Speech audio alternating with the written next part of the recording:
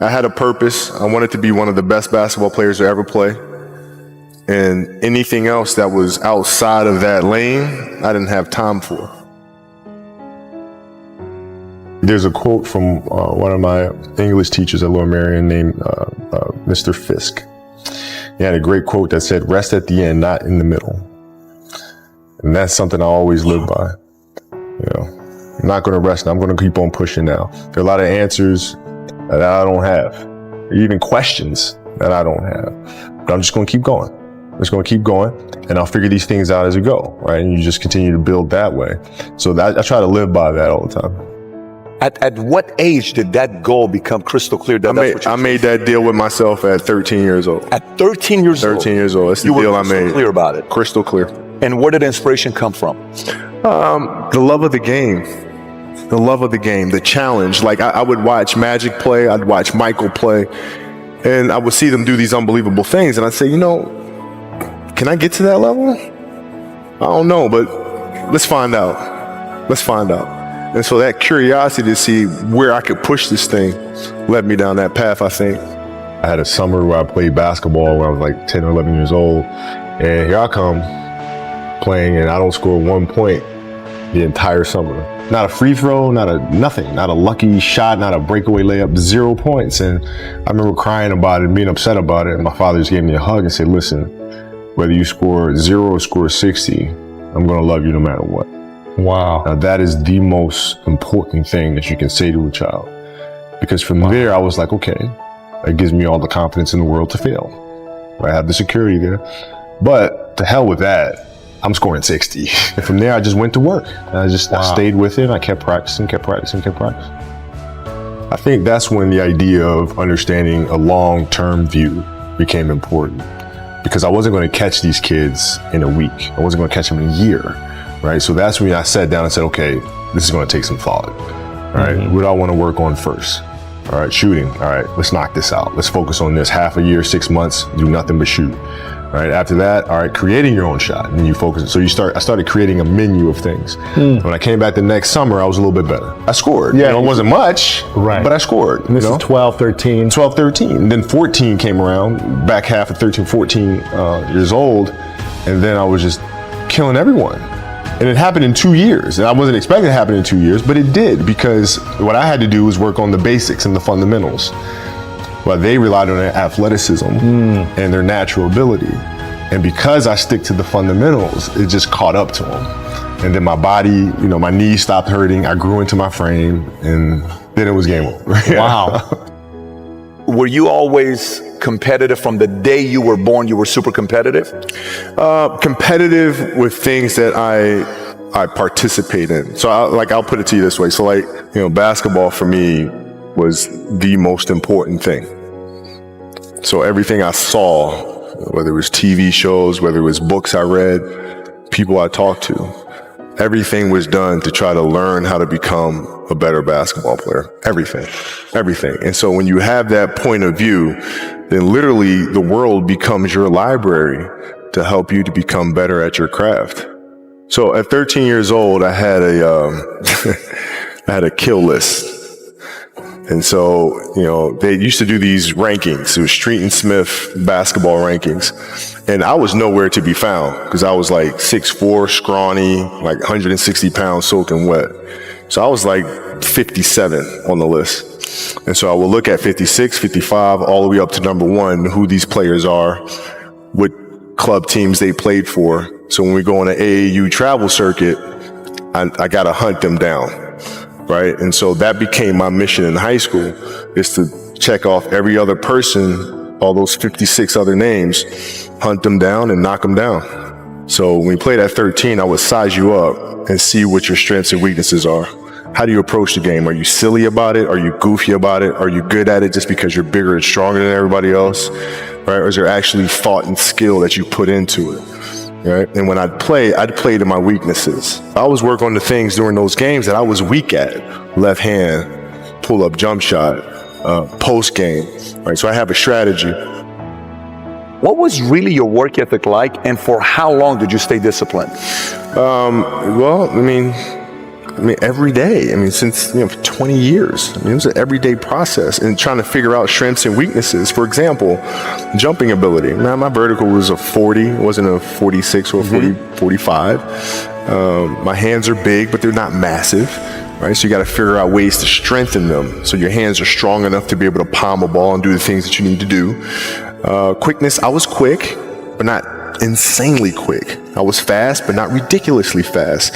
Right, so I had to rely on skill a lot more.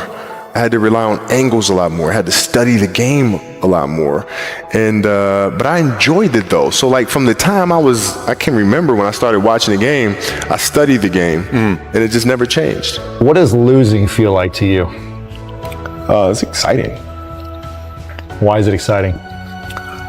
Because it means you have different ways to get better. There are certain things that you can figure out that you can take advantage of. Right, certain weaknesses that were exposed that you need to shore up. Right, so it was exciting. I mean, it sucks to lose, right, but the hardest thing is to face that stuff. That's a really, really tough challenge. How did you get mentally and emotionally so strong where it doesn't bother you? Well, you got to look at the reality of the situation. Like for me, it's not, you kind of got to get over yourself, right? And then after that, it's okay, well, why did those air balls happen? Got it. I didn't have the legs. So you look at the shot, every shot was online. Every shot was online, but every shot was short. Right? I got to get stronger. I got to train differently. The weight training program that I'm doing, I got to tailor it for an 82-game season so that when the playoffs come around, my legs are stronger and that ball gets there. So I look at it with rationale and say, okay, well, the reason why I shot air balls is because my legs aren't there. I go, well, next year they'll be there. You have to do the hard stuff and watch that game and study that game to not make those mistakes over and over again just because you weren't brave enough to face it. So you got to deal with it. Face it. You got to deal with it. Face it, learn from it. You don't want to have that feeling again, do you? Right? So you got to really study it, face it.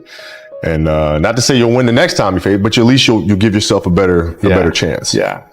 It's an obsessiveness that comes along with it. You want things to be as perfect as they can be, understanding that nothing is ever perfect. But the challenge is try to get them as perfect as they can be. And what can you do? It's in your control. So control what you can. You have this mindset, but how did you develop that? I don't know if that's what you call the Mamba mindset, but how did you develop that? And when did it start? It started in middle school and high school because a lot of the kids that I was playing against were inner city kids. Yeah. And so they're looking at me as if, okay, this kid's soft. They felt like they could try to be physical or try to intimidate me and do all this other stuff, which they couldn't, right? But now I'm saying, okay, well, you're trying to attack me. How am I going to attack you? How can I mentally figure out ways to break you down? How can I show you that, no, I have the edge, right? And so that's when it first started for me, is figuring out how to get the upper hand on an opponent that way. And what would you do to mentally break people down then? One of the things I would do is while everybody would be at the cafeteria work, eating and doing all sort of stuff, I just go back to the gym.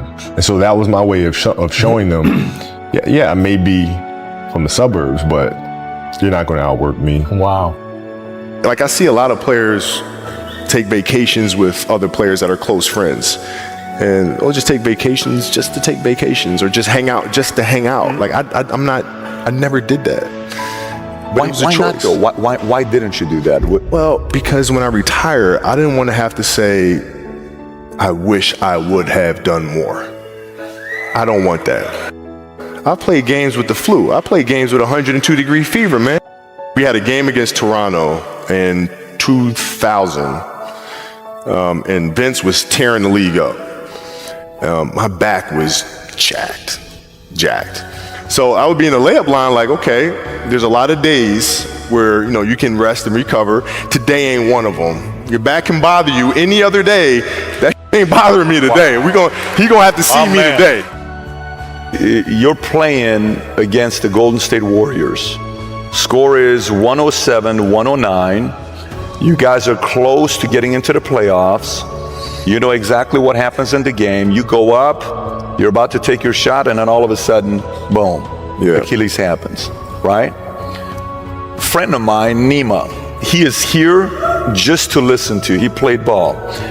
And he told me, he says, Patrick, I don't think you understand. He says, when I tore my Achilles in high school, he says, 4 friends of mine dragged me to my hospital. I was crying from there straight to the hospital. He says, I have no clue how the hell this guy did it. He went and hit the free throws, and then you walked off the stage. How the hell do you tolerate that kind of pain? You know, I use this. I tell this example, and I think this is the best way to explain it. You know, you have a hamstring injury. You pull your hamstring really, really badly. You can barely walk, right? Let alone play anything. You're at home. All of a sudden, a fire breaks out in the home, right? Your kids are upstairs. You know, wife is, you know, wherever she may be. You know, going down. I'm willing to bet that you're going to forget about your hamstring. You're going to sprint upstairs. You're going to grab your kids. You're going to make sure your wife's good. You're getting out of that house. And the reason is because the lives of your family are more important than the injury of your hamstring. And so when the game is more important than the injury itself, you don't feel that injury. Not at that time. I went in the trainer's room, my kids are in there. And, you know, they're looking at you and stuff, and I'm looking at them, and I'm like, you know, it's all right. Dad's going to be all right. It'll be fine. It'll be all right. It'll be all right. It'll be all right. As a parent, you got to set the example. You got to set the example. This is another obstacle. This obstacle cannot define me. It's not going to cripple me. It's not going to be responsible for me stepping away for the game that I love. I'm going to step away on my own terms. And that's when the decision was made that, you know what, I'm doing it. You got to lead by example. As parents, you got to lead by example. If you want your kids to do whatever it is they want to accomplish in life, you have to show them. You got to show them. The definition of greatness is to inspire the people next to you. Yeah, I think that's what greatness is or should be. It's not something that lives and dies with one person. Is how can you inspire a person to then in turn inspire another person that then inspires another person. And that's how you create something that I think lasts forever. Yeah. And I think that's our challenge as people is to figure out how our story can impact others and motivate them in a way to create their own greatness.